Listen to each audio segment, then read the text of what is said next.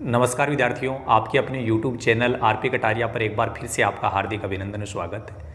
इस वीडियो में माध्यमिक बोर्ड परीक्षा 2022 में पहले चैप्टर से जो अति लघुतरात्मक टाइप का प्रश्न आएगा उसके बारे में मैं आपसे बातचीत करूंगा और इस वीडियो में मैं उन प्रश्नों के बारे में बताऊंगा कि वहीं से ही अति लघुतरात्मक टाइप का प्रश्न आएगा। यदि आपने इस वीडियो में बताए गए सभी प्रश्नों को अच्छे से सीख लिया तो आपका अति लघुतरात्मक टाइप का पहले चैप्टर से आने वाला प्रश्न गलत नहीं होगा। तो चलिए आगे बढ़ते हैं। इससे पहले आप लोगों से रिक्वेस्ट है कि यदि हमारे चैनल को अभी तक आप लोगों ने सब्सक्राइब नहीं किया है तो सब्सक्राइब ज़रूर करें, बेल आइकन वाली घंटी का बटन दबाएं ताकि आने वाले प्रत्येक वीडियो का नोटिफिकेशन है वो आप तक पहुंच पाए और वीडियो सबसे पहले आप तक आए। साथ ही वीडियो के लिए लाइक कमेंट करना बिल्कुल नहीं भूलिएगा। यहाँ पर इस पहले क्वेश्चन से हम बात कर रहे हैं 23 और 15 का HCF तथा LCM ज्ञात कीजिए। हो सकता है एग्जाम में आपको केवल इन दोनों में से एक ही पूछ लिया जाए, हो सकता है दोनों पूछ लिए जाए। तो बिल्कुल सिंपल प्रश्न ऐसा हो सकता है।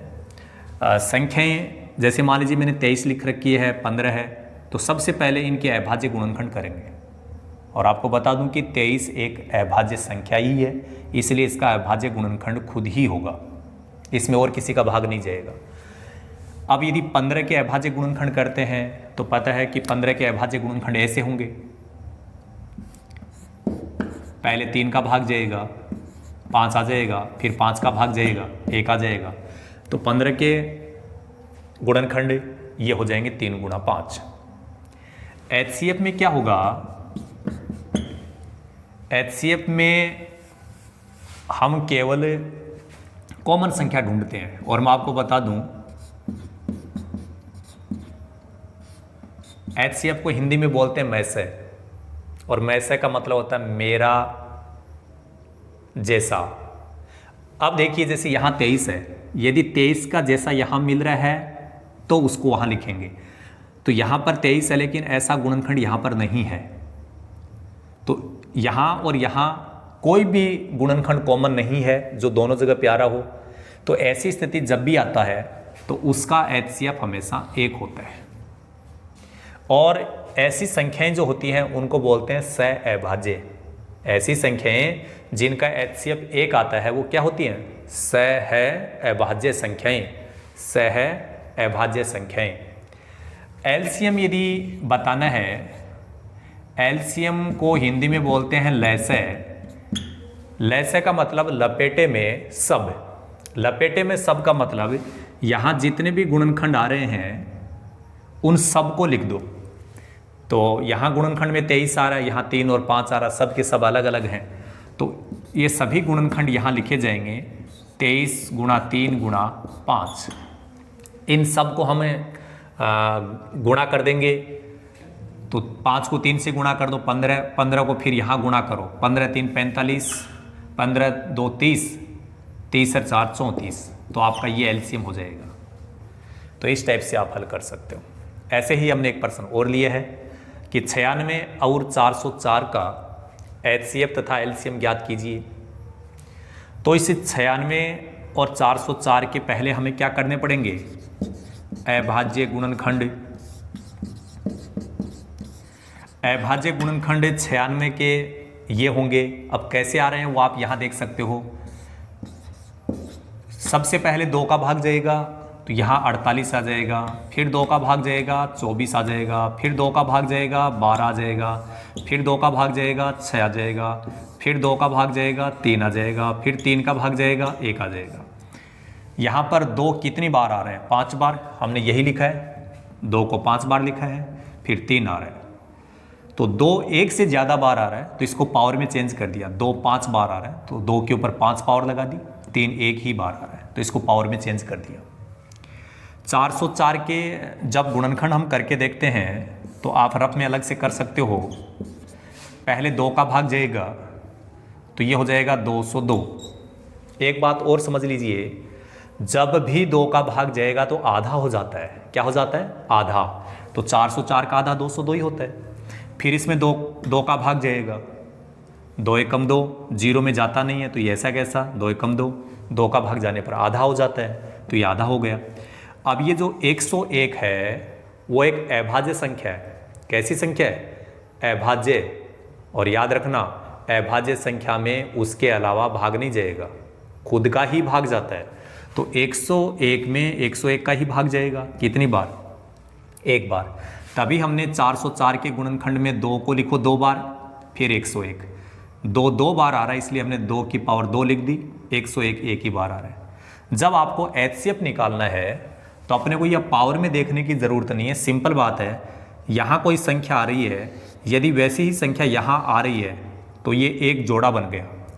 इस जोड़े में से एक संख्या यहाँ लिख दो। फिर यदि यहाँ ये जो 2 आ रहा था, ये 2 और ये 2 एक जोड़ा बना लेते हैं तो एक संख्या फिर लिख दो। आगे देखो, ये जो 2 बचे हुए हैं, इन 2 के साथ यहाँ कोई भी 2 नहीं बचा हुआ तो 2 का जोड़ा और नहीं बनेगा। यहाँ 3 है, 3 के साथ यहाँ कोई जोड़ा नहीं बन रहा है।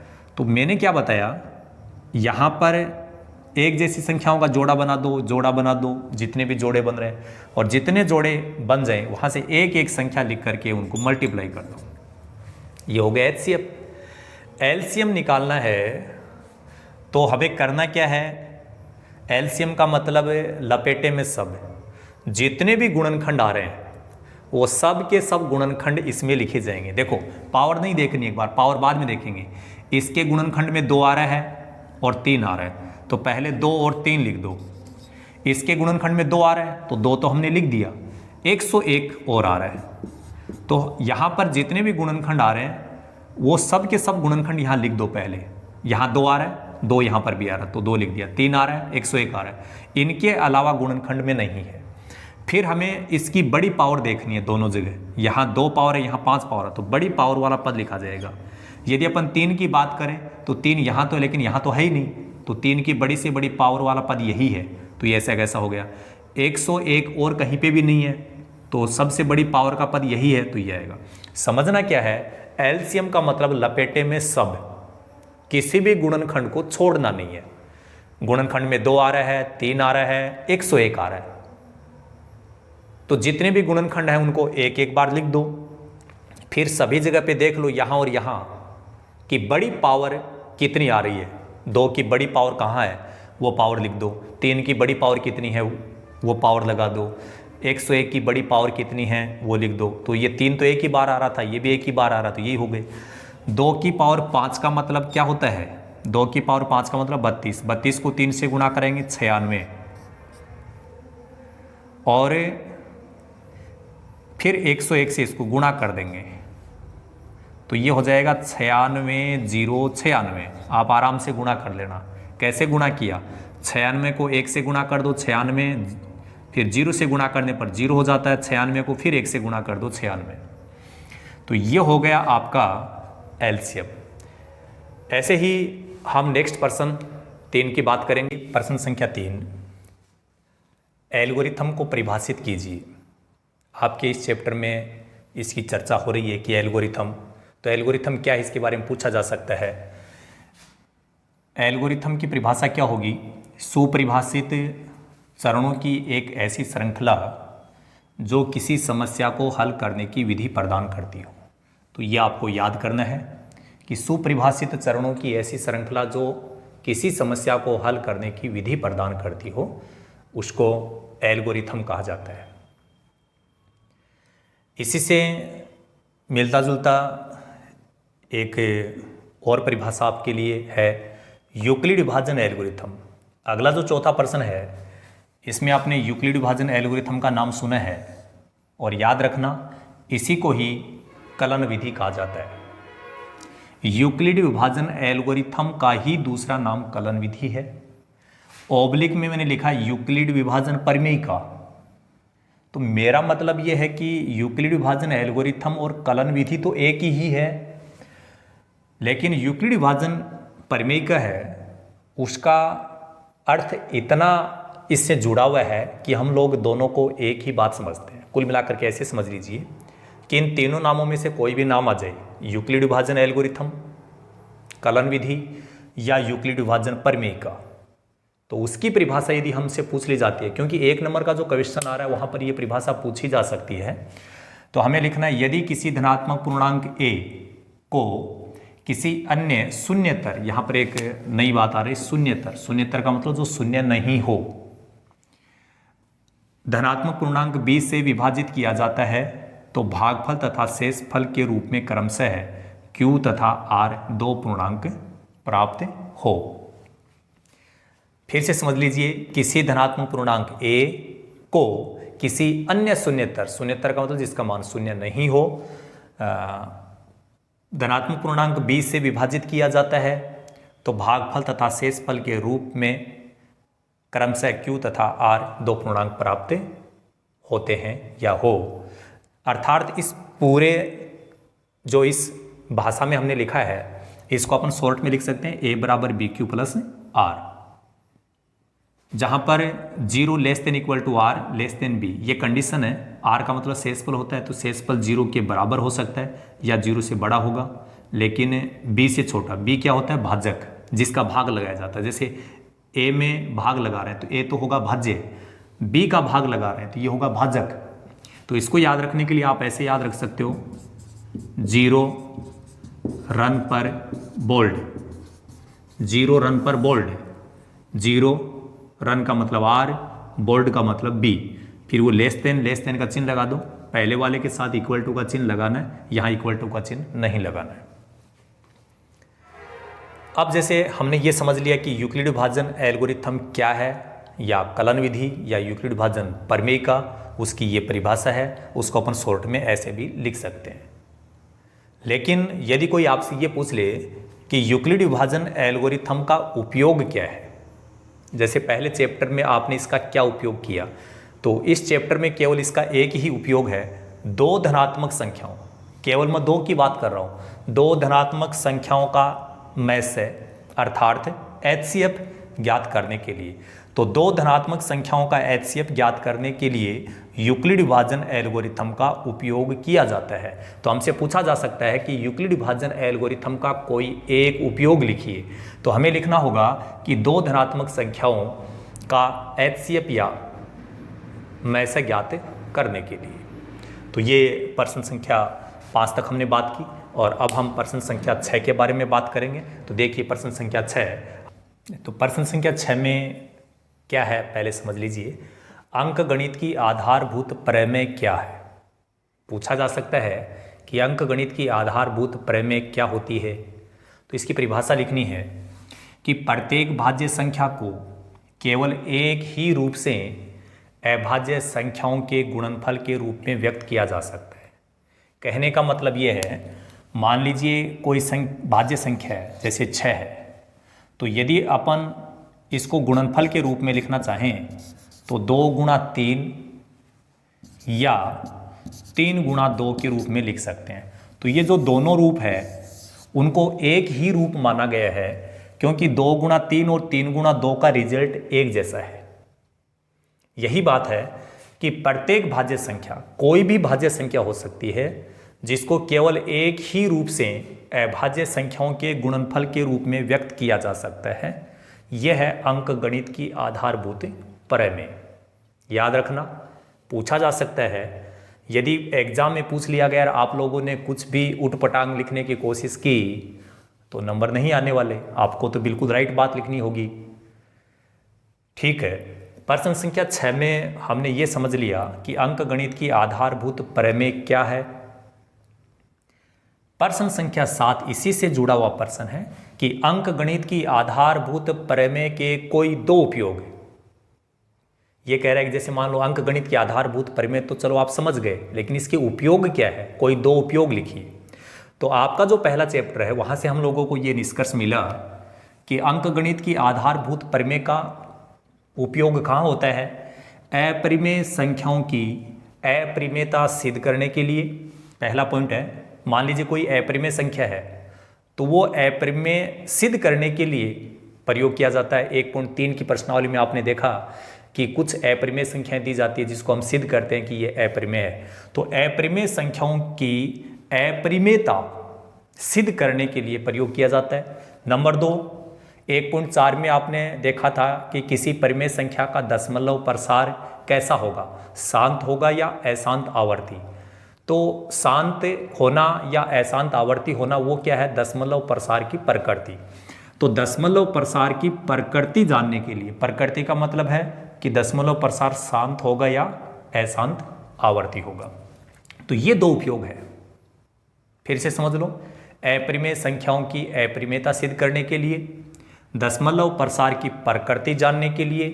तो इन दो चीज़ों में इसका उपयोग किया जाता है और अंकगणित की आधारभूत परिमेय के कारण ही हम सिद्ध कर सकते हैं कि कोई संख्या अपरिमेय है, और तभी हम बता सकते हैं कि दशमलव प्रसार की प्रकृति कैसी है, अर्थात शांत है या अशांत आवर्ती। ये आपकी जो आपकी 1.2 की एक्सरसाइज है उसमें क्वेश्चन नंबर 5 है, और ऐसा ही एक एग्जाम्पल है, इसको आप समझ लीजिए, बहुत अच्छा प्रश्न है। जांच कीजिए कि किसी प्राकृत संख्या n को प्राकृत माना गया है, के लिए 6 की पावर n अंक 0 पर समाप्त होती है। कि ये जो आपको संख्या दी गई है 6 की पावर n, जहाँ पर n को प्राकृत बताया गया है, वो अंक 0 पर समाप्त होती है या नहीं होती है, इसकी जांच करके बतानी है। इसके लिए करना क्या है, संख्या 6 की पावर n दी गई है, तो यहाँ जो आधार में संख्या दी गई है 6, इसके अभाज्य गुणनखंड कर दो 2 गुणा 3, यहाँ जो पावर वो पावर ऐसे कैसे लिख दो। आपके गुणनखंड में 2 और 5 दोनों आने चाहिए। यदि आपके गुणनखंड में 2 और 5 दोनों नहीं है तो आपको यहाँ लिखना है कि 6 की पावर n है वो 2 गुणा 5 की पावर n के रूप में नहीं है, क्योंकि आपके गुणनखंड में 2 तो आ गया लेकिन 5 नहीं आ रहा। 5 की जगह कितना आ रहा है, 3 आ रहा है। इसलिए ये जो 6 की पावर n है इसका रिजल्ट है वो 2 गुणा 5 की पावर n के रूप में नहीं है। और जब इस रूप में नहीं होता है तो यह संख्या का मतलब जो संख्या आपको दी गई थी 6 की पावर n, वो n के किसी भी मान के लिए 0 पर समाप्त नहीं हो सकती। मान लीजिए यहाँ 6 की जगह 10 होता तो हम जानते हैं 10 के गुणनखंड में कौन आता है, 2 और 5। तो यदि इसके गुणनखंड में 2 भी आ रहा और 5 भी आ रहा है तो हम लिखते 10 की पावर n के लिए कि 10 की पावर n जो है वो इस रूप में है, अतः यह संख्या n के किसी मान के लिए 0 पर समाप्त हो सकती है। अब n के क्या क्या मान होंगे, क्योंकि आपको पता है n का मान यदि 1 यहाँ पर लेते हैं अपन तो ये 10 बनेगा, ये 0 पे समाप्त हो रहा है। यदि n का मान यहाँ 2 लेते हैं तो 10 का वर्ग 100 हो जाता है, वो भी 0 पे समाप्त हो रहा है। तो 3 लेते हैं तो भी 0 पे समाप्त हो रहा है। कहने का मतलब यदि इस प्रश्न में 6 की जगह 10 दे देता तो इसके गुणनखंड ये होते और इसका फॉर्मेट ऐसा होता, इसके कारण वो 0 पे समाप्त हो जाती। n के किस मान के लिए, सभी मानों के लिए, लेकिन इस प्रश्न के लिए नहीं है। आपका एग्जाम्पल नंबर 5 है 1.2 से पहले, उसमें संख्या दी गई है 4 की पावर n। क्या दी गई है, 4 की पावर n। तो आप समझ रहे हैं कि यदि हम 4 के गुणनखंड करेंगे तो 2 गुणा 2, यहाँ पर भी गुणनखंड में 2 तो आ रहा है लेकिन 5 नहीं आ रहा है। यदि आपके गुणनखंड में 2 और 5 नहीं आ रहे हैं तो वो संख्या n के किसी भी मान के लिए 0 पर समाप्त नहीं हो सकती। तो ये 2-3 लाइनें हैं, इनको 1-2 बार लिख करके अपनी नोटबुक में अच्छे से समझ लें, और जब 1-2 बार लिख लेते हैं तो ये चीज़ हमें अच्छे से समझ में आ जाती है। इसके अलावा एक इम्पोर्टेंट प्रश्न और है, केवल हमने अति लघुतरात्मक टाइप के प्रश्नों के लिए केवल और केवल 10 प्रश्नों का संग्रह किया है, और इन 10 प्रश्नों में से इस टाइप का प्रश्न आपको मिल जाएगा। इन्हीं प्रश्नों में से ही आपको अति लघुतरात्मक टाइप का प्रश्न बोर्ड एग्जाम के पेपर में मिलेगा। और अब जो मैं नेक्स्ट क्वेश्चन आपको बताने वाला हूं, क्वेश्चन नंबर 9, वो तो सबसे इंपॉर्टेंट क्वेश्चन है। हो सकता है बोर्ड एग्जाम में आपको वही प्रश्न मिल जाए। और आपका क्वेश्चन क्या है, क्वेश्चन है कि HCF 306 और 657 बराबर 9 है तो एलसीएम 306 और 657 ज्ञात कीजिए।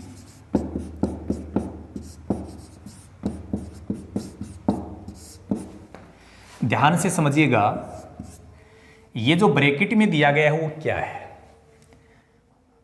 ब्रैकेट में ये बता रहा है कि HCF, इन दोनों संख्याओं का HCF 9 है। ये जो 9 है वो तो है HCF।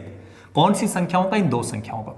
हमारे पास में दो संख्याएं दी गई हैं, आप लिख सकते हो कि दो संख्याएं कौन कौन सी है। 306 है और 657। ये जो 9 है वो क्या है? HCF। HCF हमारे पास में क्या है? HCF है 9। हमें पूछ रहा है इन्हीं दोनों संख्याओं, जो संख्याएं यहां बताई गई हैं जिनका HCF दिया गया है, उन्हीं संख्याओं का LCM पूछ रहा है। तो हमारे पास में दोनों संख्याएं हैं, HCF है, और यदि LCM पूछ रहा है तो इसके लिए सीधा एक फॉर्मूला होता है कि दोनों संख्याओं का गुणनफल, दोनों संख्याओं का गुणनफल बटे HCF। यदि दोनों संख्याओं के गुणनफल में HCF का भाग लगा देते हैं तो LCM आ जाता है। मान लीजिए आपको LCM दे देता और HCF पूछ लेता, तो LCM जब यहां लिख दिया जाता है तो HCF आ जाता है। तो दोनों संख्याओं का गुणनफल क्या होगा? 306 गुणा 657 बटे में HCF है 9। तो 9 के पाड़े से अपन यहां और यहां दोनों जगह काट सकते हैं, क्योंकि HCF जो होता है उसका दोनों संख्याओं में भाग जाता है। तो 9 को यहां पर भी काटा जा सकता है। 9 3 27, 9 4 36। तो हमारे पास में यहाँ तो आ गया 34 और ये 657। तो 657 जो है उसको अपन 34 से गुणा कर लेंगे। 7 4 28, 5 4 20 और 2 22, 6 4 24 और 2 26, 7 21, 5 15 और 2 17, 6 18 और 1 19, 8 3 13 12 2। तो इसका उत्तर हो जाएगा 22,338। बहुत ही इंपॉर्टेंट क्वेश्चन है। एक बार मैं फिर से बता दूं, ये तो दो संख्याएं हैं, ये आपका HCF है। तो संख्याएं दो दे दी, HCF दे दी। हमसे पूछ लिया इन्हीं दोनों संख्याओं का LCM। तो LCM जब पूछा जाता है तो दोनों संख्याओं के गुणनफल में HCF का भाग लगा दो, और यदि HCF पूछा जाता है तो दोनों संख्याओं के गुणनफल में LCM का भाग लगा दो। हमें HCF दिया है, इसलिए HCF का जैसे इसमें भाग लगेगा तो LCM आ जाएगा। दोनों संख्याओं के यहाँ गुणा में लिख दिया, बटे में HCF का मान 9 लिख दिया, 9 से इसको काट दिया, 34 आ गया। 34 को 657 से गुणा करके बता दिया 22,338। और अब अति लघुतरात्मक टाइप के लास्ट पर्सन के बारे में बात करूंगा, और उसमें कुछ विशेष नहीं बता रहा हूं मैं। क्वेश्चन नंबर जो 10 होगा उसके लिए आपको करना है प्रश्नावली जो 1.4 है। प्रश्नावली 1.4 का प्रश्न संख्या 1। तो प्रश्नावली 1.4 का प्रश्न नंबर जो 1 है वो भी अति लघुतरात्मक टाइप के प्रश्न के लिए बहुत ही अच्छा शानदार प्रश्न है, और अमूमन वहाँ से प्रश्न आता रहता है। यदि इनमें से प्रश्न नहीं आता है तो फिर श्योरिटी हो जाती है कि 1.4 में से आएगा। यदि आप जानना चाहते हैं कि 1.4 का पहला प्रश्न कैसा है, किस टाइप से उसको हम सोल्व करें, तो इसके लिए भी हमने YouTube चैनल पे प्रश्नावली जो आपकी फर्स्ट है, जिसको अपन पहला चैप्टर बोल रहे हैं वास्तविक संख्याएं, उसके लिए 1.4 का हमने एक वीडियो बना रखा है। उस वीडियो को आप ज़रूर देखिएगा, और उस वीडियो को देख करके आप पता कर लोगे कि प्रश्नावली 1.4 का पहला प्रश्न है वो कैसे होगा और एग्ज़ाम में वो किस प्रकार से आएगा। मुझे पूर्ण विश्वास है, और आप लोगों को भी जब इनको याद कर लोगे तो आपको आभास हो जाएगा हाँ कि इनमें से ही आने वाला है। तो यहाँ से अति लघुतरात्मक टाइप का प्रश्न बोर्ड एग्जाम में मिलेगा। आप अच्छे अंक प्राप्त करें, इसी आशा और विश्वास के साथ इस वीडियो में केवल इतना ही। So thank you so much, all the best, be positive always.